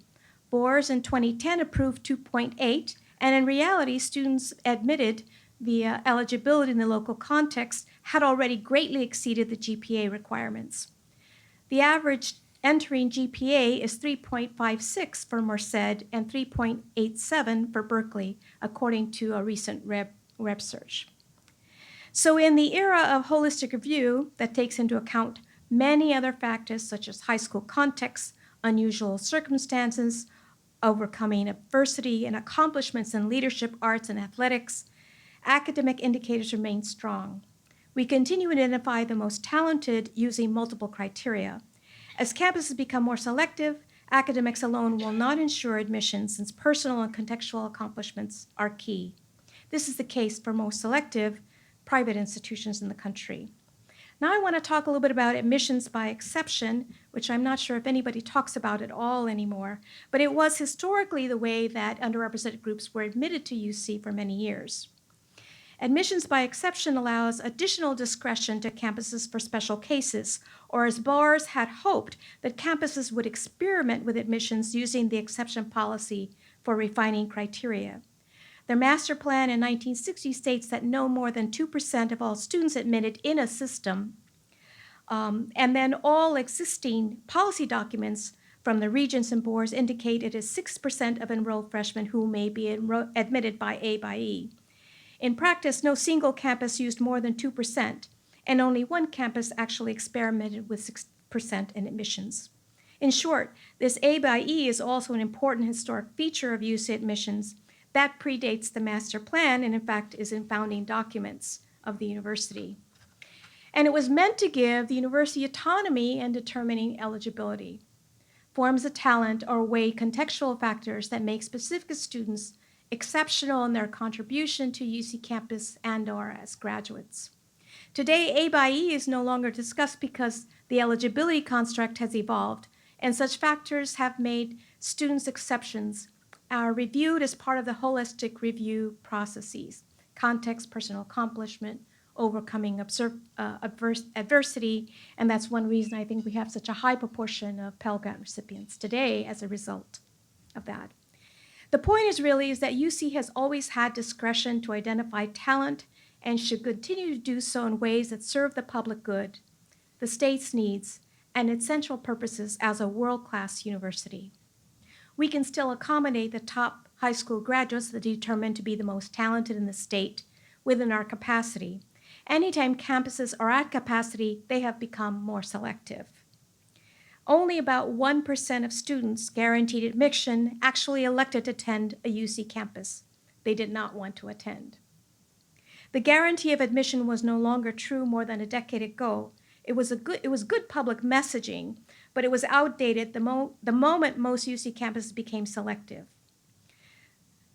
What we need at this turning point is to really think about what constitutes a real guarantee in the next policy window of a new governor and good financial standing. We need to begin to think about what would constitute a real guarantee.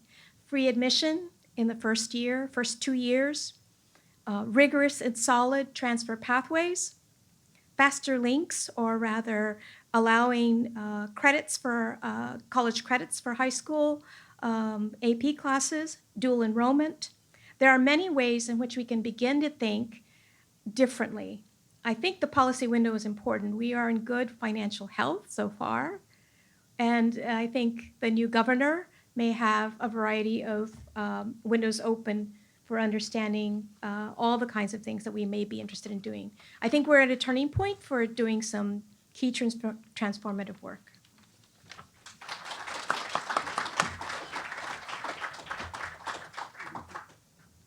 Okay, I want to thank the Senate leadership for organizing this meeting and for inviting me. And thank you, George, for a wonderful presentation. My comments will be based upon experiences I had in my Senate roles. George and Sylvia have addressed access to UC and I know Judd will touch on this as well. As all boards chairs know, admissions is one of the most public faces of UC. I want to briefly comment on non-resident enrollment, transfer, and A to G, and then I have a few short remarks about UC's unique position within the master plan.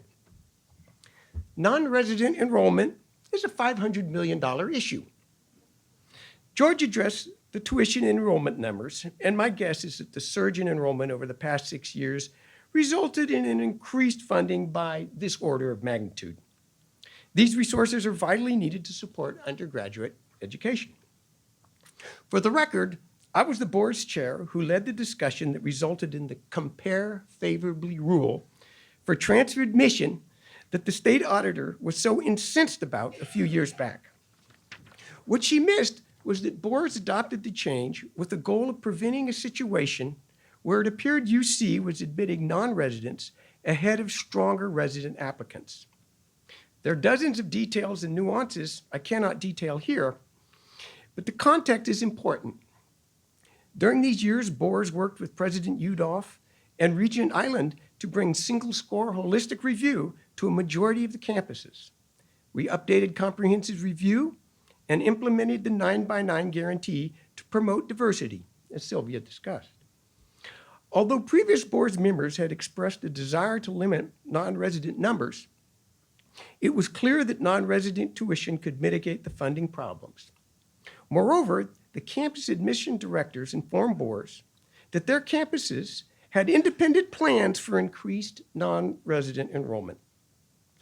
This presented a serious master plan conundrum for boards, and compare favorably emerged as an attempt to stabilize the situation. A key point is the following. Throughout this period of swirling admission changes, UC admission was offered to over 12.5% of California high school graduates. Yes, the eventual enrollments were roughly in the 8% range as they had been for years. And many in the public were pissed off about their students not being admitted to their favorite selective campus. But the non-residents were not the problem, as the auditor argued. They contribute greatly to UC, and selectivity had been high at many campuses for quite some time. We must not lose sight that UC has continued to ensure undergraduate opportunity that was available at the master plan targeted numbers throughout a financial crisis. Regarding transfer students, this is only a $50 million issue. Last year, the governor withheld $50 million from UC because 2 campuses didn't meet their targets of 1 transfer for each 2 freshman admits. Fortunately, the funds did arrive by year's end. Boards devoted much of 2010 to 2012 to an examination of transfer student enrollment and success. In June of 2012, the Senate regulations were amended to create UC transfer pathways and to include community college transfer degrees as a pathway. We know that properly paired transfer students succeed wonderfully at UC, and we sought to clarify the best routes. Last spring, President Napolitano, through Senate Chair White, issued a missive to the Senate to engage in promoting transfer success. In my department, transfer numbers over the past 3 years have more than doubled. And this year we doubled the size of 2 special courses for transfers that we know work wonderfully. But in spite of this growth, the number of transfer students that will complete degrees in my department will remain flat. Only half of our 95 transfer admits will be ready to enroll in any upper division courses this year. Only 6 had academic records enabling them to take an upper division course upon arrival, and 15 were not able to enroll in a math course, some of them failing the placement test for the first quarter of calculus. Each UC campus has a different applicant pool for transfers, and there is a serious preparation gap, largely due to inadequate advising and course availability. Interesting, in 2012, Governor Brown vetoed legislation that would have had the legislative analysts set metrics for higher education. I think, George, you might have referred to that. And in 2011, he vetoed a K-12 accountability bill saying, and I quote, adding more speedometers to a broken car won't turn it into a high-performance machine. That's your wisdom from Jerry Brown for the evening. But he missed this point in 2017 with the transfer mandates. UC is already a high-performing institution that should not be compromised by rigid numerical metrics, as politicians have been doing nationally in K-12 for some time. We need to watch out for this across domains as the master plan is discussed. Now, A to G is a minutia with a huge impact that is mostly off the radar outside of K-12. A to G courses are those the UC Senate sets as requirements for freshman UC and CSU admission. If you're familiar with the high school curriculum, you know that A to G is a big deal. Unlike any other university in the nation, UC reviews courses, and under Bohr's guidance, OP staff approve or reject classes from California high schools. The A to G requirements press all schools to establish a full complement of rigorous courses. We learned 15 years ago at UCSB through our partnership schools that one of the most important steps we could take to increase UC applications and enrollment from low-income areas was to add a counselor to the school staff whose job was A to G course information and education for the students. We know that the existence of Area F, which is visual and performing arts, has had a profound impact, for without it, many theater, art, and musical performance classes would have fallen prey to a financial axe. While I was on boards, we twice set up mechanisms to certify online courses for A to G. And as Amy Dorr knows, if you want to create an emotional Senate conversation, just raise the issue of online education. Demands are made of UC through A to G. In response, UC has sponsored institutes to help secondary teachers develop career technical education courses that meet A to G. Legislators have drafted legislation to try to force computer literacy and other topics into A to G. And because UC aligned A to G with the Common Core, it prevented the State Board of Education from facing a debacle that might have otherwise erupted. I hope that A to G is considered when the master plan is discussed. For when UC acts on A to G, schools start jumping through hoops. We need to ensure that we attained intended consequences while unintended consequences are mitigated. A to G affects the lives of all high school students in California more than most of us recognize. And I, in my own conversations, refer to A to G as part of the unwritten master plan. As George has articulated, the master plan is an ambitious and successful organizing scheme with UC playing a special role. Herein lies a serious challenge that I became acutely aware of as my Senate Vice Chair and Chair roles. Educating the public, including UC regents, about the role that scholarly achievements, creative accomplishments, and research play in defining UC. In the Senate, we understand the contributions our colleagues make in the arts, the humanities, the social sciences, science, technology, and applications. But more often, the broad picture of scholarship is lost on our politicians who think only about our teaching or research from a very limited point of view. When you interact with non-UC folks about our mission and the master plan, please strive to present our creative accomplishments in their full breadth, not simply the flashy topic of the moment, because in the long run, that benefits all of us. To be sure, I've seen many of us handle this well, but I also have seen many opportunities missed in this regard. This may sound simplistic, but we cannot afford to ignore it. Expanding on this, we also need to defend and promote the role of UC beyond the campuses. For example, if you're engaged in K-12, you know that the California subject matter projects play an important role in ongoing teacher professional development and also in strengthening our teacher education programs.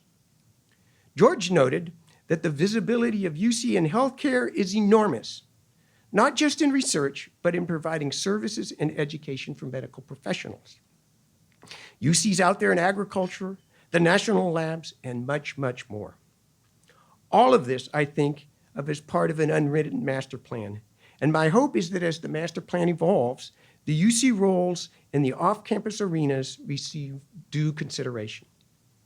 Let me close by saying that the master plan and what I call the unwritten master plan are not only critical to our professional scholarship and that of our students, but also directly impacts all Californians, especially the young. Keep getting this message out. And thank you. It's Judd's turn, I think.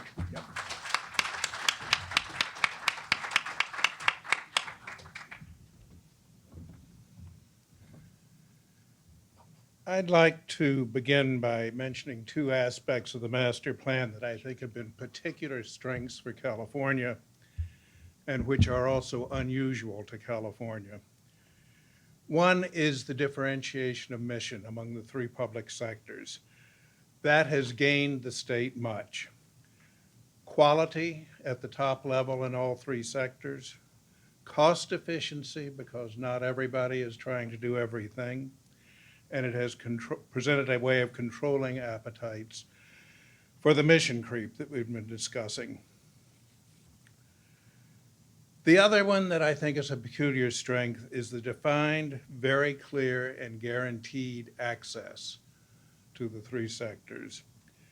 That provides clear guidance to high school students, to families, and schools regarding curriculum.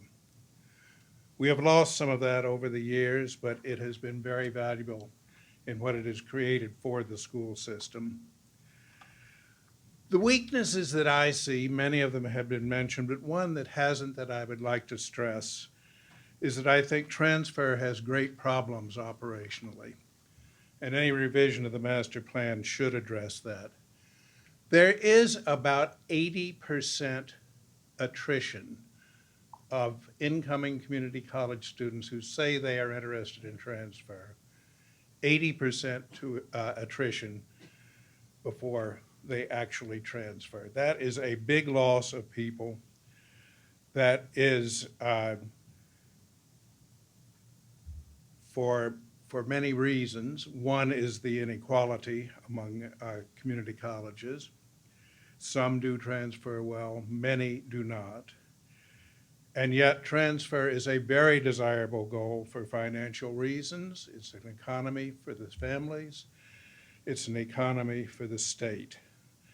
It gives the student an opportunity to try out college education without committing fully to it. And I think that is important for moving even more towards serving all elements of the population. And the would-be transfer students coming in are an exceedingly diverse clientele. I agree with George that the loss of CPAC is a major loss because it had the role of enforcing the master plan. And while the cat's away, the mice will play, and they have been. And it also was a representation of higher education to the state government without it having any perceived agenda of its own, which George also mentioned. We need it back. The third thing that I think is a weakness is the extreme imbalance among the enrollments of the three sectors of higher education. That now stands at 67% in the community colleges, 20% CSU, 13% UC. When the master plan started in 1960, that was 40%, 30%, and 22%. That is a very large change. It has happened because the percentage of the population that goes to college has increased greatly over the years since 1960, but the 12.5% and the 33% have not increased, and therefore those students have gone to the community colleges. That distribution of enrollments does not equate to the workforce needs of the state, as identified by the Public Policy Institute of California and others. Also, the much higher ratio now of vocational students to transfer students drowns out transfer within many community colleges. What would I do in addition to renovating or resuscitating CPAC? I first of all think it politically very important to evolve the master plan rather than rewrite it.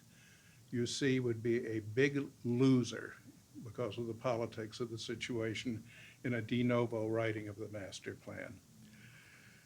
I think we should greatly increase and improve tri-sector coordinated counseling for the transfer process. I would urge that the state implement income contingent loans. I'm not going to take the time to explain what they are, but they are something that have been used very successfully for decades in Australia, New Zealand, and the UK.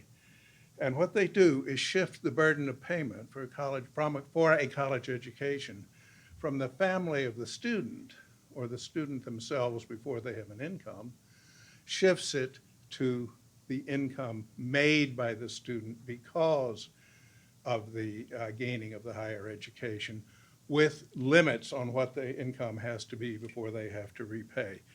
It balances the books, and it has worked in these other countries. Elements of it were tried during the Obama administration. They are not being encouraged during this administration. Oregon has also tried it. I'd also like to bring back a recommendation from 2007 by a meeting of 22 ex-chancellors. If you can imagine what a meeting of 22 ex-chancellors would look like.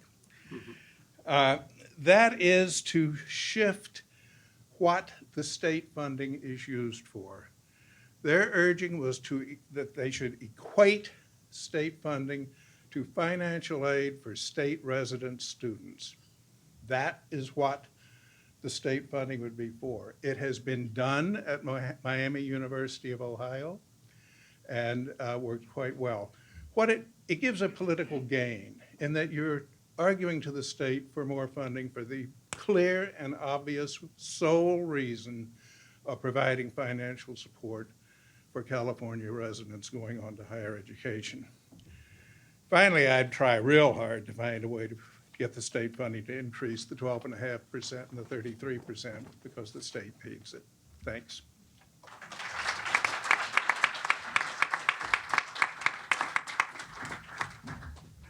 I thank the panelists for their extraordinary powers of self-discipline under a tight schedule. I'd like to open it to you, but rules. First, a round of only questions to the panelists or to the speaker. No comments, and keep your questions to the point. No editorializing. If there's time after that, you may indulge in comments. But first, you can direct them to any one panelist or to George, but I will then invite other panelists and George to comment if they would like to also. Questions? Yes. So Mary Croogan, Senate Chair 0809, and part of the Mod Squad, as Sylvia referred to us. Given what we went through in eligibility reform with Asian law groups, lawyers, thank you, organizations, truly the only word I can use is fighting against us on eligibility reform. What is your take on the Harvard trials taking place at this point? Because they are the exact same groups that fought us. We did not land in court, and Harvard has. I think that you're reminding me of all the work we did in the communities. And I went to the Asian Pacific Legal Center and spoke with them. And the first thing they said, we're on the same side. And I said, yeah, you need to get your people together. In other words, they realize there's a division within the Asian American community. And all of our data showed that particular communities that were most underrepresented were going to benefit most from the reform and eligibility. What they didn't understand was because we were moving tests, they thought we were shifting the bar again or changing the bar again. And I tried to explain to them, any student could submit any amount of information. Additional test information is fine. A campus can consider it, but it shouldn't be required of everyone, in other words. And I think after it passed, the opposition died down because they realized they weren't losing in the reconstruction of eligibility, but could improve in some ways, and some of the communities that were underserved could be served. The Harvard case is very difficult because certainly it is the institution of the country, and having done admissions at both Princeton and MIT, I can tell you that for a large part, the Asian American students have, let's put it this way, when the admissions are done in private institutions as well, is that I'm trying to tell you things without telling you too much, but I might as well just say it. For example, 3-sport athletes got higher ranks than probably most other students. And so how many of us are 3-sport athletes, right? So there are some biases in the way the personal characteristics are distributed, right? Are distributed. And so I could see Asian Americans very concerned about how some of the other criteria were being used. But for places like Harvard, Princeton, MIT, good students are a dime a dozen. You need to determine differences among applicants, and it's usually the personal, academic, extraordinary accomplishments that take people over the top. I see UC moving in that same direction, is that we have a huge number of applicants. We're having extraordinary, our quality of students has increased at every single campus. And so we are using broader criteria to try to understand and bring in contextual factors, et cetera. So I'm not sure how it's going to play out. They have a good number of scholars that are advising them. I talked on the phone with Harvard for a while as well, but they've chosen their people that are going to give expert testimony. So we'll see how it plays out. Thank you. Anyone else? Thanks, Barry, by the way, for identifying yourself. When you ask a question, it would be great if you would identify yourself. Yes. How can we balance admitting international students versus, how do we balance admitting international student versus educating our own domestic student, particularly underrepresented students? And I'm particularly thinking of those campuses like UC Santa Cruz or UC Riverside, who take a lot of underrepresented students and are kind of struggling with taking those students and then trying to increase the number of international students in order to provide resources as some of the other campuses do. Thank you. Judd. I think it's one thing that's important to realize is that diversity, including worldwide diversity, is a very important component of education. And the thing I think we have not succeeded in doing with the state is identifying the extent to which the quality of education is an argument that goes in favor of both out-of-state and international students. I think it would be good to try to make that argument and get a comfort with a certain level of international students and out-of-state students being a good thing educationally. I think to make the argument only through the financial aspects is starting behind the 8 ball. No, I would agree completely, but it's also very simply the fact that the financial pressures brought this upon all of us, okay? And I think all the campuses are doing their very best to ensure, right, the access of resident applicants. But when you look at the numbers, I mean, there's very little choice.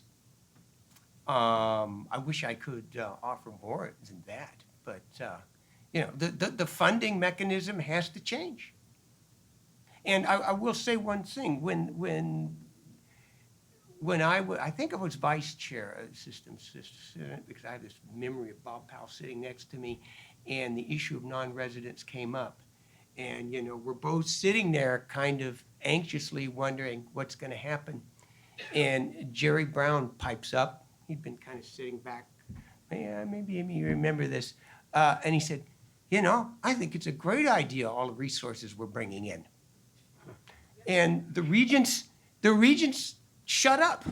So it had the blessing from a governor, and this was prior to his reelection at that point in time. It had a blessing from a governor who had brought some more money to K-12 and higher ed, always according to his very constricted formulas, which he's always stuck with his same constricted formula. He's been honest. It's been stingy as hell, but he's been honest about it. But I think that I think that just kind of hammered us into a corner where, frankly, you're asking the right question, and we don't even have an opportunity to try to answer it. And I just want to add two more points. First of all, I want to acknowledge the basis of your question, which is that some campuses are more able to accept non-resident students, and other campuses have higher numbers of first-generation or underrepresented students, and those two are not the same sets of campuses. So it does lead to disparity within the system. On the issue, the other point I would make is on the issue of disparity. The Regents did something a couple of years ago that I really, really opposed, which was they established different limitations on non-resident student populations of different campuses.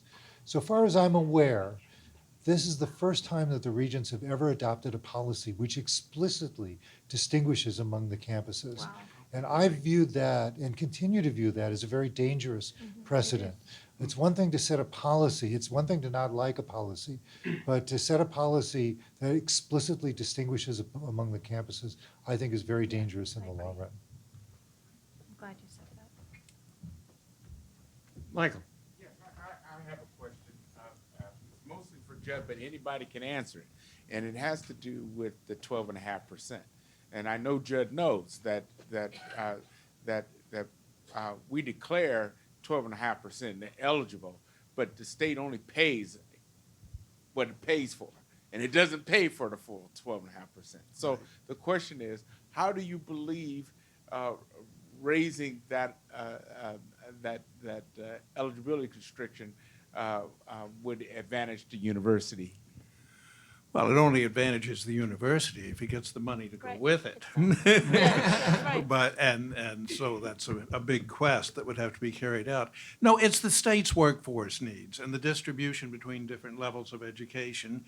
And when the Public Policy Institute made their projections, they were taking a UC education for what it is, a CSU education for what it is. And I don't think bachelor's degrees at community colleges are going to match that standard of education.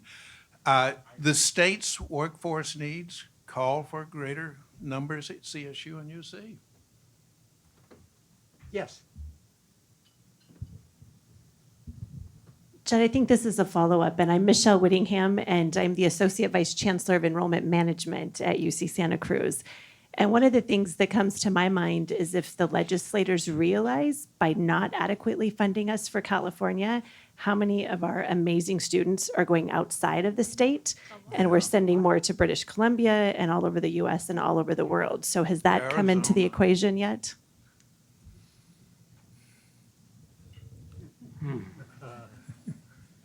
Thank you.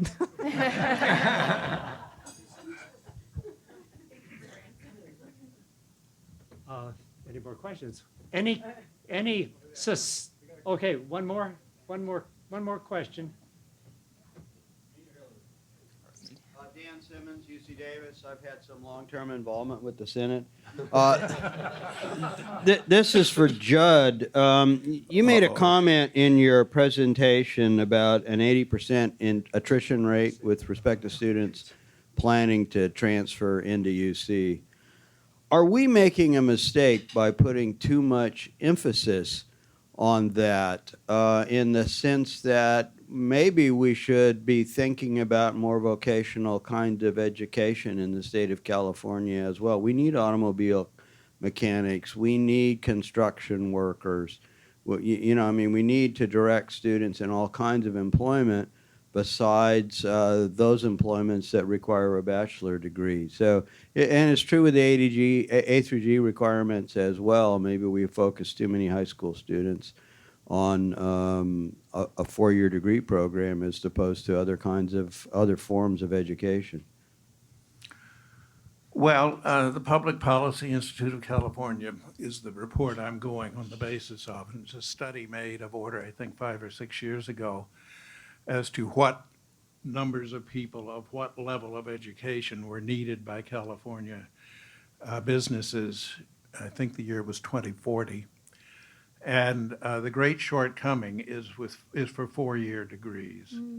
So we overproduce, if you will, at the associate level, and some of those take or try to take the jobs that are unfilled of 4-year people. Of course, California has always had a lot of importation of bachelor's graduates from other states. I know the numbers from engineering for years ago, and it was about half of our engineers were coming from other states rather than being educated in state, and it may still be close to that. But no, my impression from looking at the transfer system throughout the state, all sorts of different community colleges, and this loss of students that's been shown in various studies, there are a lot of these students being lost because they weren't given the right advice, they weren't coached when to do what. And also at many community colleges, it was just plain hard to find another transfer student. And those are things that deter people who could have been good 4-year degree graduates. And I think that's a loss to the state. So I would like to try to lessen that attrition. If I could just amplify a bit, I agree completely with Judd. Boards for 2 years looked at transfer, and then President Napolitano came in and she had a transfer task force.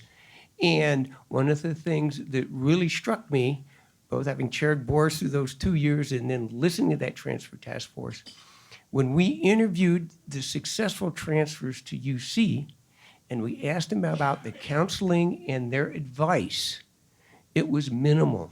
It is a huge hole. And, you know, if I had bumped into Jerry Brown, said, yeah, please give the $50 million back to UC, but if you're not, take that $50 million if you really want to use it and have, and I think George mentioned this, have a tripartite, have all of the systems teaming up on counseling.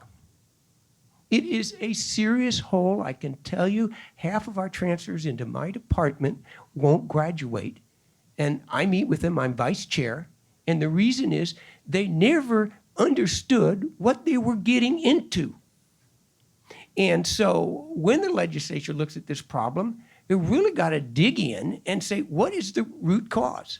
And it's true. The community colleges do marvelous things for students in career technical ed and all kinds of professions, and that should be strengthened and we should continue. But we also have to have some reality and really look at the problem and not just rely on magic formula. So that's my 2 cents. One more question. Thank you. Mary Gilley, UC Irvine. George, you talked about the early emphasis on quality and certainly access and affordability. It was always quality, access, and affordability. But when I was chair of the Senate and going to the Regents meetings and listening to Jerry Brown, it was access and affordability. Nobody cared about quality. When did that happen and why? Oh, goodness. I'm not sure I can answer that question. I would certainly acknowledge what you said. And in fact, I heard Jerry Brown at Regents meeting talk about quality in a negative sense. Too many professors doing, staring at their navels, doing unnecessary research. So I'm not sure. So I guess I trying to be more serious. I'm not sure that there was a moment when it disappeared, and I'm not even sure that it has disappeared. But I think it's hard to measure for a state legislator, for a state politician, and therefore it's easier and more normal to talk about access or affordability, because access involves letters from your constituents. They don't write to say, we don't think UC is as good as it was when we were students. They never get those letters. They get letters saying, why can't my kid get into UC? And with regard to affordability, they meet with students or they meet with parents who are complaining that UC is no longer as affordable as it used to be. And we can debate whether it's affordable at all, but it's certainly not as affordable as it used to be. So those are measurable things. There's real metrics that you can use there. Now, of course, we have metrics of excellence. I talked about a few. We all know as academics what those metrics are, but they don't necessarily mean as much to legislators, to political leaders. And even if they do understand those metrics, they aren't as immediate. I mean, part of the fallacy of the argument that I was making earlier was in terms of the benefit of UC and CSU and the community colleges to the state's economy is part of the fallacy is those are long-term benefits. If your horizon is 1 year or 2 years or the next election, you will have a very different attitude toward quality than the attitude that you would have if your horizon is 20 years or 30 years and you try to leave a legacy for your successors to have a better state economy, to have a better educated population of the state. So I don't think quality has disappeared. I just think it gets left behind in the heat of the argument.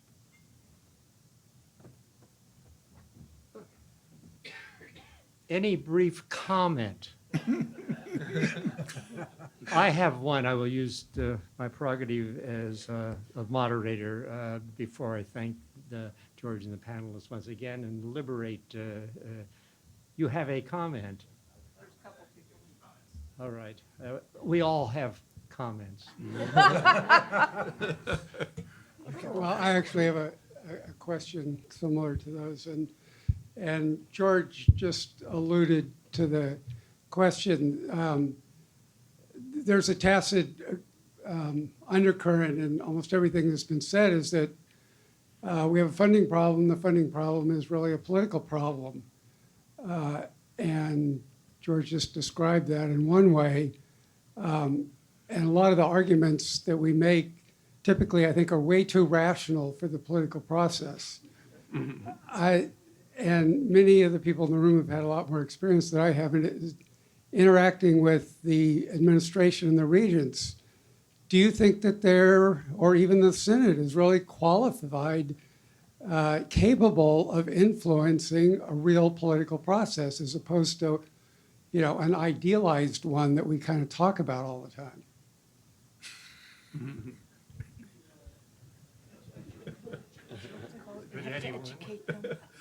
They asked you, George. I'm not sure how to answer your question because you could ask the same question about anything that's going on, for example, in Washington D.C. right now. So I don't know how to act other than rationally, and so your question is a fair one. How could we better affect the political process? How could we do a better job if the arguments which we're so convinced are compelling and rational aren't working? What should we be doing? I don't know. Should we be buying TV ads? I don't know what we should do.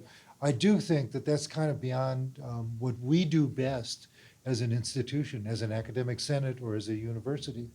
I think that part of our role in society is to try to maintain rationality and sensibleness. So I'm even uncomfortable with the notion of getting outside of our comfort zone in terms of what we do. But I think it's a fair question you're asking. I just don't know the answer. If we increased the 12.5%, there'd be more UC graduates in the legislature. Yes. Yeah, I just wanted to make a quick comment in response to Chancellor Blumenthal and also into something Provost Brown said, which is that if you reconfigured your slides so that you didn't jump from 1970 to 2018, but actually did them historically, you would see that the problem that we're in now really dates from 2003 and then 2008 and 2010. That it's a much more conjunctural debate and it's a much more conjunctural problem than the long-term decline that you're describing. And that it seems to me in response to this sort of question, one of the things that needs to happen is that we need to own up to our own political mistakes during this period. I mean, one of the huge mistakes I think that UC made was conceding the inevitable and all but permanent decline in state funding. You know, we started valorizing the hybrid university. Provost Brown wants more independence, but more independence from different revenue sources means dependence on more people. And it ends up meaning that instead of leading with your public mission, you end up trying to find alternate funding sources, which in certain circumstances are necessary, but then create a feedback loop in which they go, look, you've got all these funding sources, right?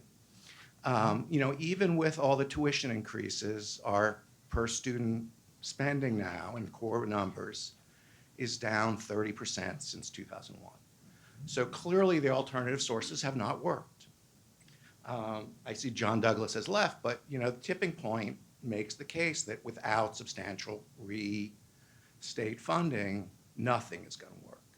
And until we lead with that, as opposed to, well, we've got to sort of accept that state funding is gone and we need to find other ways to do it, we are losing the game, and we will continue to lose the game.